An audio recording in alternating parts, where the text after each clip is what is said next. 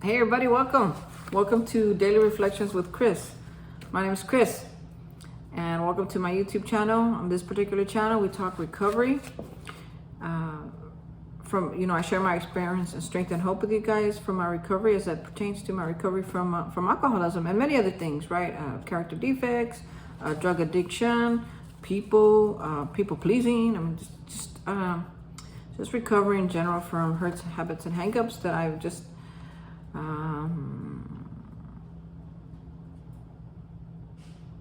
that I've been affected by, and I didn't realize it, right? Till I stopped getting drunk, till I stopped numbing the pain, till I stopped checking out, till I stopped,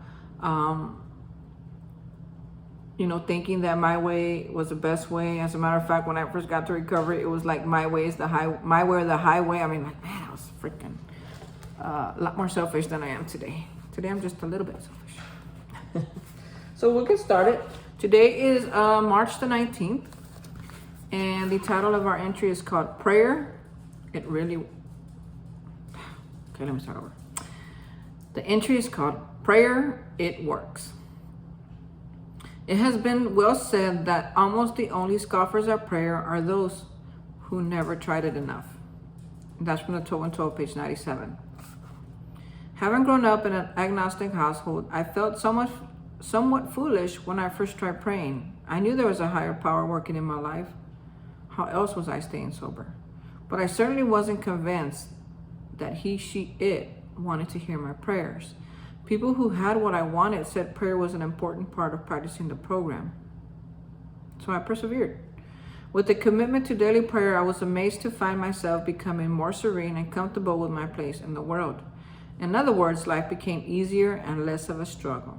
I'm still not sure who or what listens to my prayers, but I never stopped saying them for the simple reason that they work.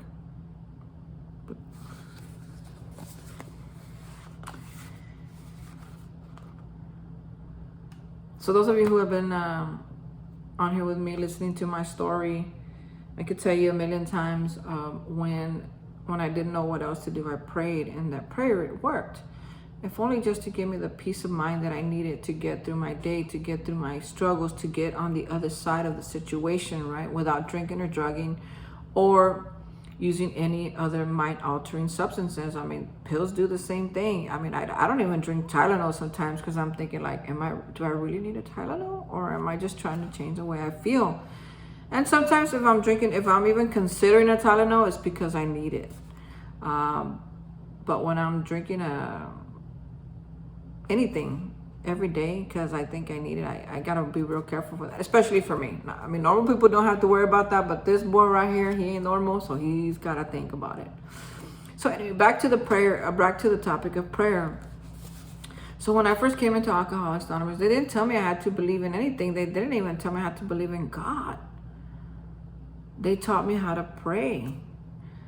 I was that echo in the room that when they prayed, I prayed, and it was like R. I was like R. And I'm like Father, or in heaven, hallowed be thy name. Because I didn't know any prayers. I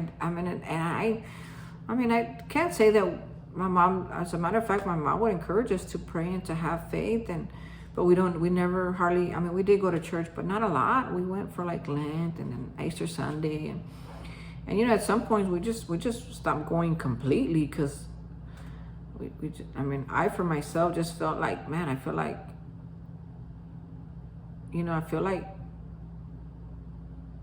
I'm not really giving it my all. I'd go to church and consider, got saved a few times and said, man, this is it. I'm in completely. This is where I want to be. And then I'd find myself not jiving with their belief systems, or I'd find myself, pastors and stuff like that. Sometimes they say some stuff. And back then I wasn't able to decipher. I wasn't able to hear what the God's word was and what the people word was.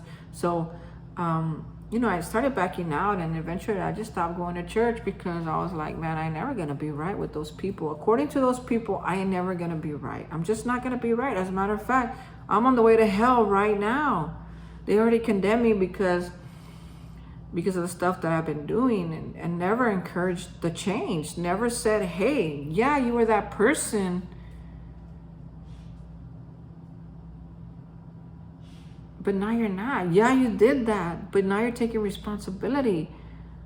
You were born that way, but you don't have to stay that way. You know, these little things that I've been taught in Alcoholics Anonymous is like, whatever wrong I did, I could make it right. Whatever defect I have, I could work on it. Whatever lie I told, I'm gonna go back and fix that and be honest, right? So I'm grateful that right away when I came in, even though I heard the God word a lot because you just hear it in meetings, I'm grateful that I had to go, because the probation officer sent me there and he said if I didn't go that I was going to go to jail, and I don't want to go to jail. I hate jail. I hate jail. I've been there many times, and the last time I went, I must have been more not sober because I wasn't in recovery yet, but on a different path that I wanted I was ready to clean up everything. And I turned myself in because I had like 12 warrants for my arrest. So I turned myself in, and I spent like 2 weeks in jail, and oh man, I was like, man, I'm not even like coming off a high or halfway drunk. It's just like, it's real, like jail. It's like, it was worse. It was the worst 2 weeks, one of the worst 2 weeks of my life, and I'm so grateful that I had it. You know, I think I'm lucky that it was on my terms. But a lot of, you know, some people that I hear, man, they don't have that opportunity. I know I didn't have that opportunity. It wasn't on my terms when I got, you know, drunk and high and had my car accident and ended up in jail. That was another different jail, but I was still a little bit high and a lot of drunk. And by the time I got out, I was still drunk and high. I mean, I spent like a day there or 2 days. And when I got out, you know, they even stretch out my sentencing. So I had the car accident. I spent 2 nights in jail, and then, you know, they wait and see what's gonna happen to me. If they're gonna, you know, if I'm gonna get a charge, what are my consequences gonna be? So even that process took like 3 or 4 months. So in the meantime, I was trying to not drink, but still drinking, trying not get high, but still getting high. And when they gave me that sentence, they said, you're going to have 6 months probation, you're going to lose your driver's license, and you're going to have to go to AA or whatever. So I was like, okay, well, man, I felt like I can do this. You know, I got off easy, but it wasn't easy. It wasn't easy. So anyway, so when I came into AA, they, you know, I heard him talk about God, but I had to be there, so I had to stick around. But when I asked for the suggestions, when I said, man, you know, I'm struggling, they never said, well, you need Jesus in your life, Chris. They never said that, even though I did. I can say it to myself now, but they didn't say that to me. They said, okay, well, have you prayed about it? And I'll be like, no. Okay, let's pray. Let's pray about it then. Or my sponsor would be like, okay, go ahead and pray. Go to your house, pray until you fall asleep. And that's how prayer started to work for me. It really started to work for me. And so even though I wasn't quite, just like the person that wrote this entry, you know, I wasn't quite convinced that there was something listening to me when it came to other matters. But as far as my sobriety, like that sobriety, God was like working. He was working overtime to keep me sober, because I was asking him every single minute, sometimes every single hour, every single second, just like, okay, just let me not even think about it. Let my mouth not water when I see a beer can, whether it's empty or smashed or crushed. I mean, I see a beer can and it was trouble for me. So the prayer worked for me so much that I found myself praying, like from the time I woke up to the time I went to bed. I mean, I'm praying all the time. I was like, God, just thank you for another day. Thank you, my eyes open. Thank you that I didn't die in my sleep. All right, let's go. And then I'm driving to work, and I'm like, God, help me be a good worker today. Help me help somebody today.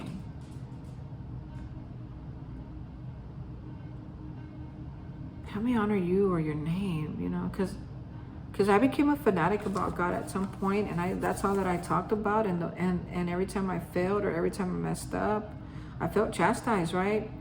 So now I gently ask God, help me not make you look like a fool, right? Let my life be a testimony that you actually work through prayer. And so I pray all the time. I pray with my coworkers. I pray with my friends. I used to pray with my sister and my mom. You know, I pray for my family. It's good. It feels good. It works. I mean, it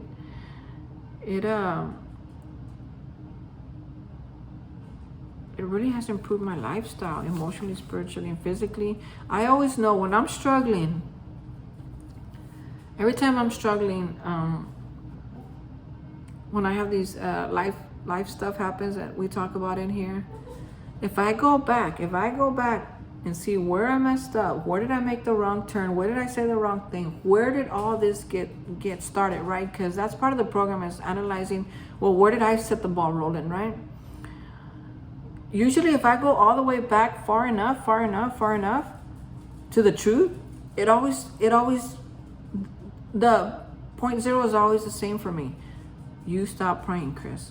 You stop being grateful for what you had. You stop showing up as who you are and started showing up as who you think you are. You know, you're not the boss of this place. You're the worker amongst workers. You let your ego get to you, man. And where does that, it starts with not praying. You're thinking that now you're God. You're thinking that now you're making things happen. You're thinking that now you're changing yourself. Yes, it takes action on my part, but God's doing the work. He's doing the hard stuff.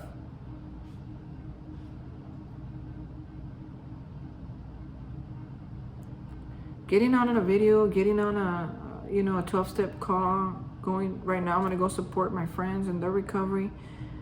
That's the easy stuff, man. God's doing the hard stuff. He's rewiring my brain. He's moving the pieces around in the puzzle of life. He's working on other people. He's working on my bride to be. He's working on my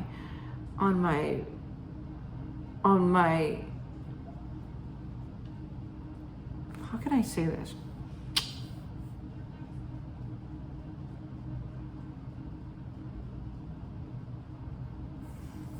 I don't know how to say it.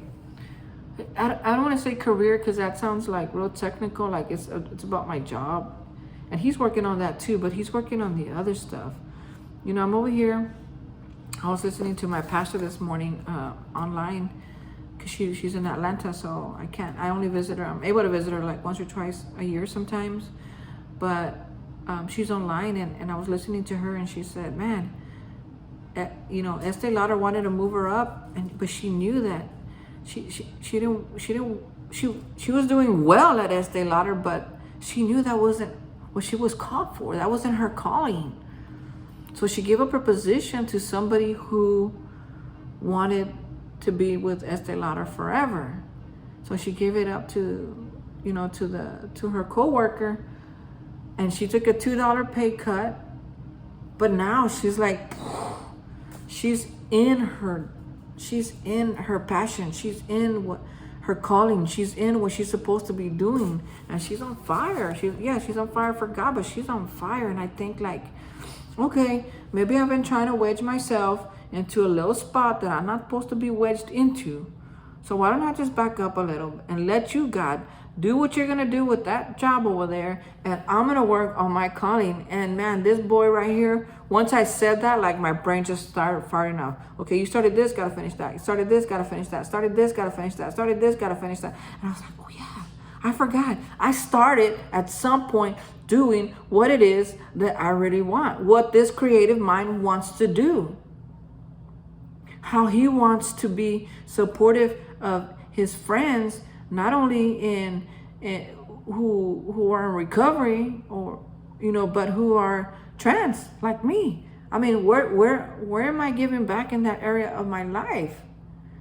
I mean, like all these things, all these ideas that I have that have nothing to do with work, working at the post office, have nothing to do with that. They have everything to do with what I'm calling for, what I've been called for. I put those all in hold to chase this. No offense, right? If you work with me and you're listening to this, it's no offense. I still want to go there. But at some point, Chris has to get honest about his calling. And right now, I'm just in a perfect position to follow my calling. As much as I hate being the lowest man on the totem pole, which I'm not in some cases, but I am in other cases, right? You know, this last you know, these last positions that went up for bid. I bid on them. I didn't get them. Okay, I felt horrible, right? Because I thought that I was going to get moved up, and two people outbid me that been with the post office longer, which is how it works there. It's supposed to work that way. And one day it worked that way for me, and it'll work that way for me again. But for now, I was kind of in a foul mood for a little bit. But now thinking about it, I'm like, okay, but now I have a lot of freedom.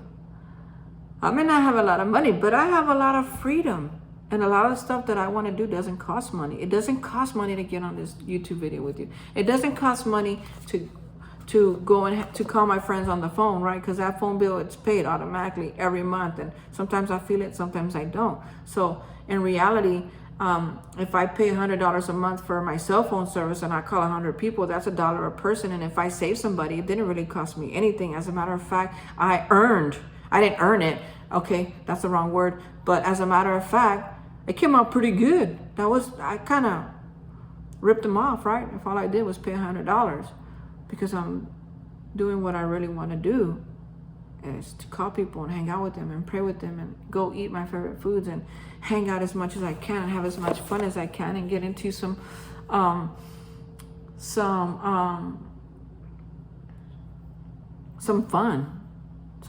man. What a revelation. My pastor was so on point today. And me listening to her, you know, us praying together in the beginning that we will receive what it is we want God that God is trying to give to us. And that's a really good prayer. It's, God, I want to receive all that you have for me. I'm able, ready, and willing, and more eager than ever. And I can't wait to see what you have in store for me. Man, my life has been so good so far. Up until now, man, you ain't messed up. You ain't failed me yet. And I don't think you'll ever fail me. And I give it all to you in the name of Jesus. You know, little prayers like that have really, really helped me. Have really helped me come alive in these past few days. But guess what? This boy right here, man. Thank God that God doesn't give me the cold shoulder and be like, Chris, I'm not talking to you. I've been trying to talk to you for the last 3 days and you ain't been listening. You're over there doing your own thing. And now you want to come over here because things not working out? Now you want to come over here and ask me for help? Oh, now you want my opinion? God's not like that. God don't do that. People do that, but God doesn't do that. God's waiting. He's right here. He's right here. He's up here. He's down here. He's back there. He's right here in between me and you. He's right here. And making sure that if I say dumb, that you was gonna see it, you're gonna hear not so dumb. That if I say it's me, you're gonna hear it's him.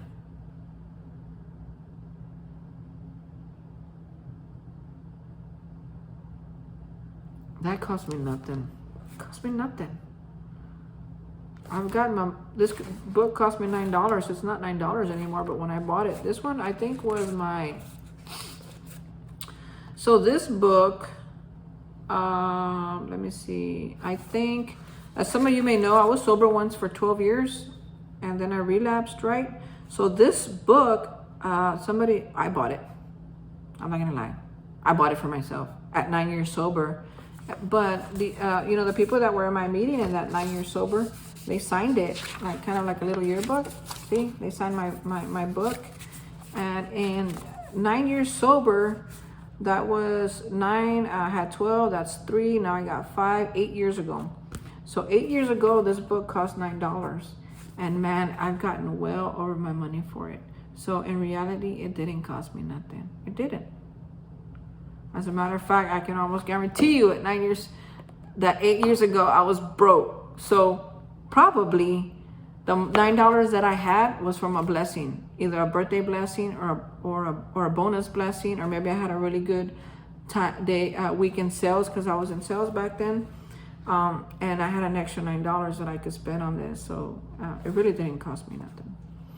So folks, if you're out there and you're listening and you're wondering, I just want to say, just don't give up. Keep praying. It works. It really does, man. It's worked for me. It's worked for the people around me. It's worked for the people that I share my life with. Prayer really works. And if you don't get what, sometimes we don't always get what we want. We think we want that or this or that person or that job or that car or whatever. When for me, when I really thought about it, it's like, man, I want what I think those things bring me. And I want peace and love and harmony and consistency and stability and emotional balance. That's what I want. That's what I really, really, really, really, really want. So that if and when those people, when my wife pops up or the car of my dreams is, I'm able, ready and willing, and I have everything that I need to be able to not only receive that, but to hold on to it. To be able to not mess it up, That's what I really, really want. I used to have a simple prayer. I'll be like, God, please help me not mess this up, man. Please help me not mess this up. Because Chris, he likes to mess things up sometimes on purpose. I've been trying to break him out of it. It hasn't been easy. But we're getting there. We're getting there. He's getting to a point. I'm getting to a point where it's like, man, if it's too good to be true, I'm going to accept it anyway. And I'm just going to roll with it. And I'm just going to go with it. And it's going to be over when you say it's over, God. Not when I say it's over. It's going to walk out of my life when you want it to walk out of my life. Not when I want it to walk out. I don't want to mess this up. Because for that person to be in my life, it's a total miracle. For me to have a vehicle right now, it's a total miracle. For me to be in this apartment, it's a total miracle. You know how I got this apartment? No, I'll make it really short. You know how I got this apartment? So one day I was struggling. I wasn't listening to God. I was listening to Chris. I went and I got a 2-bedroom lease on a house, thinking that the girl of my dreams was gonna move in with me, right? She wasn't even the girl of my dreams, but she was pretty close, right? I'm not gonna talk bad about her. I mean, we were building a relationship together. And so I get this 2-bedroom apartment, and she decides last minute, hey, I can't do this. I don't want to do this. I can't do this because of this and this and this. And man, I was like, okay, well, it's cool, man, whenever you're ready. But dude, I was struggling. Every time I would write that $2,000 check, man, my heart would just break. Because I had that 2-bedroom apartment, and I got it because I wanted that girl to love me back, or to come move in with me, or to see what a great guy I was, right? Which never happened. She never saw my greatness. She never loved me back, and she never moved in. So I remember thinking, like, God, why am I in this 2-bedroom apartment? I'm like, show me. And he kept saying, because you went over there. I didn't tell you to go. You went, Chris, all by yourself. And I'll be like, oh, maybe it's because I'm supposed to help homeless people. So I would invite all these homeless people to come live with me. And they're like, nah, I don't want to live with you. And I was like, okay, free room and board. Not even a homeless person will come stay with me. So then this other girl, we were chit-chatting. She was like, man, I'm looking for a space and blah, blah, blah, blah. I need something really cheap. I said, look, you want to come live with me? I have an extra room. I'll charge you really cheap, like $400. And for Austin, that's really cheap, right? I said, this is $400. And you get your own bedroom, your own blah, blah, blah. Half the house, right? Half the apartment. And she came over, she's like, just not feeling it, Chris, man. But thanks, $400. Not feeling it. Whoa. So anyway, I started praying. I said, well, God, I think I messed up. This is the truth. The truth was, this is why I did it. And it didn't work out. And I'm stuck, and I can't afford to pay this much money, and I just can't. I was just working to pay my apartment, and while it was a nice apartment, I felt stuck. And so I asked God, I said, what do you think I should do? And I ran into this girl at HEB. She said, Chris, I'm the apartment manager over here. Come on over, man. Check it out. It's like, man, are you sure? She's like, yeah. She's like, don't worry about it. And she got me out of the other lease. She got me out of the 2-bedroom. It was pandemic time too, right? So she got me out of that lease, and she put me in this lease. And My God. Everything changed for me after that. But where did it start? With the prayers. God help me. And a willingness to be able to listen to what he has in front of me, to what he wants me to receive, to what his plan is, instead of me creating all this stuff. And I prayed about it. I said, God, I don't want to mess up, man. You got to make it clear that this is what I'm supposed to do. And every day he would make it more clear and clear and clear that this is what I'm supposed to do. Why do I know that it was God and not me? Because the same thing has happened to me right now.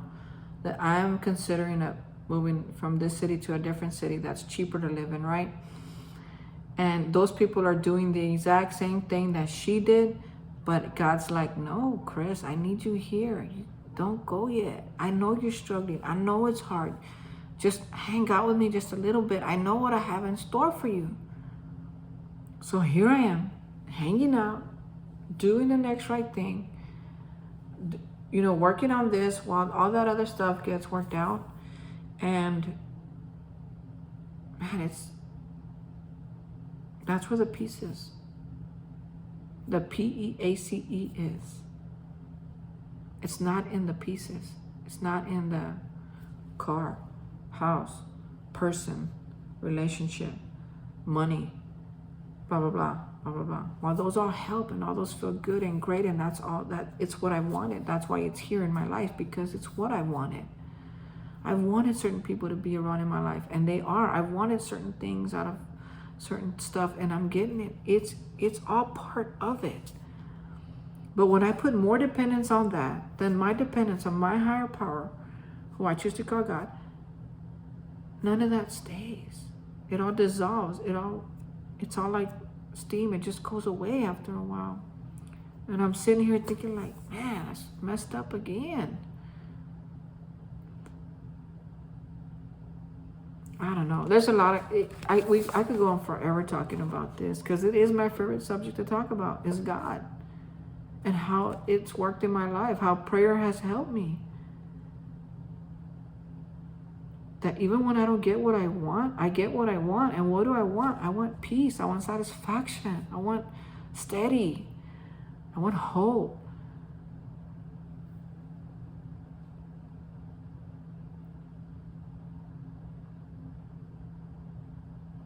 I want a life worth living. I want to be a person worth living for.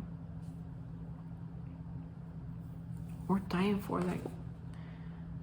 That when God looks down on me, he didn't say, man, he's taking me for granted. What I did for him was like, I gave my life for him. And then when God looks down and says, man, he's fucking awesome. I love that little dude. I would give my life for him over and over again. If he was the only man in the world, I would still give my life up for him. And that's the kind of life that I want to live.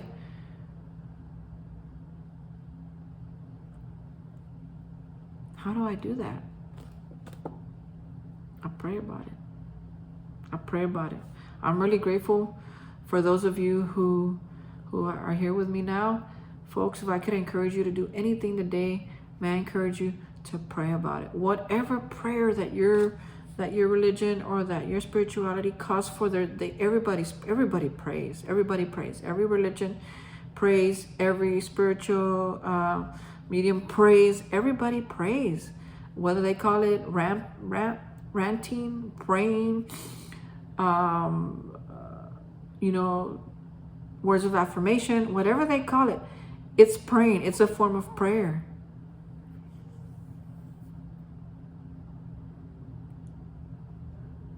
It's a form of changing the way I feel without having to put a drug or an ounce of alcohol in my body. So grateful for this program. Grateful for you, for my viewers. Like and share if you would like to share. Like and share. I love you folks, and I thank you for your time. I don't take it for granted. And we'll see you tomorrow. Bye.